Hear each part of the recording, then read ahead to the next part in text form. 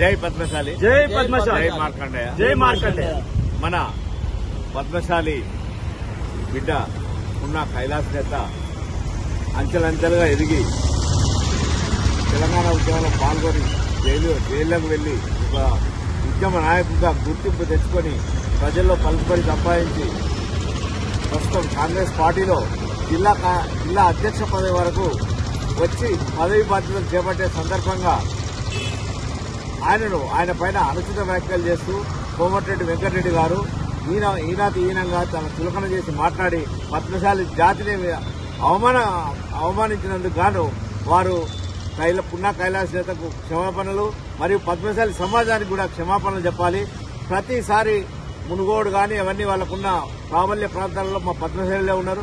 ఆ పద్మశాలిలో ఓట్లతో గెలిచి పద్మశాలి నేతను అవమానించడం అనేది ఇది కోమటిరెడ్డి వెంకటరెడ్డికి సరైన పద్ధతి కాదు. ఇప్పటికైనా పద్మశాలి యొక్క తిరుగుబాటును వ్యతిరేకతను గుర్తించుకొని పద్మశాలి సమాజం మొత్తానికి ఉన్న కైలాస్ నేతకి క్షమాపణలు బేషరతుగా క్షమాపణలు చెప్పి ఆయన పదవిలో కొనసాగాలి అని చెప్పి మాతో పాటు ఆయన మంత్రి గారికి మళ్లీ తిరిగి లెటర్ ఇచ్చి సహకరించాలని ఈ సందర్భం కోరుతున్నాను.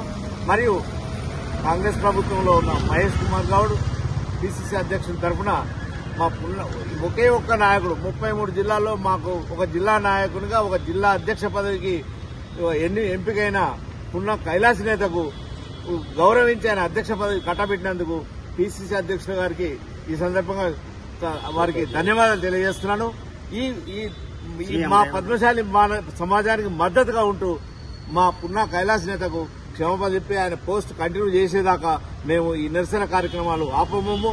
ఈ రోజు మేము హన్మకొండ జిల్లా పక్షాన అదాలత్ జంక్షన్ అమరవీరుల స్తూపం వద్ద కోమటిరెడ్డి వెంకటరెడ్డి గారి అనుచిత వ్యాఖ్యలకు నిరసనగా ఆయన దిష్టిబొమ్మను కాల్చడం జరిగింది. ఇది కొనసాగుతుంది.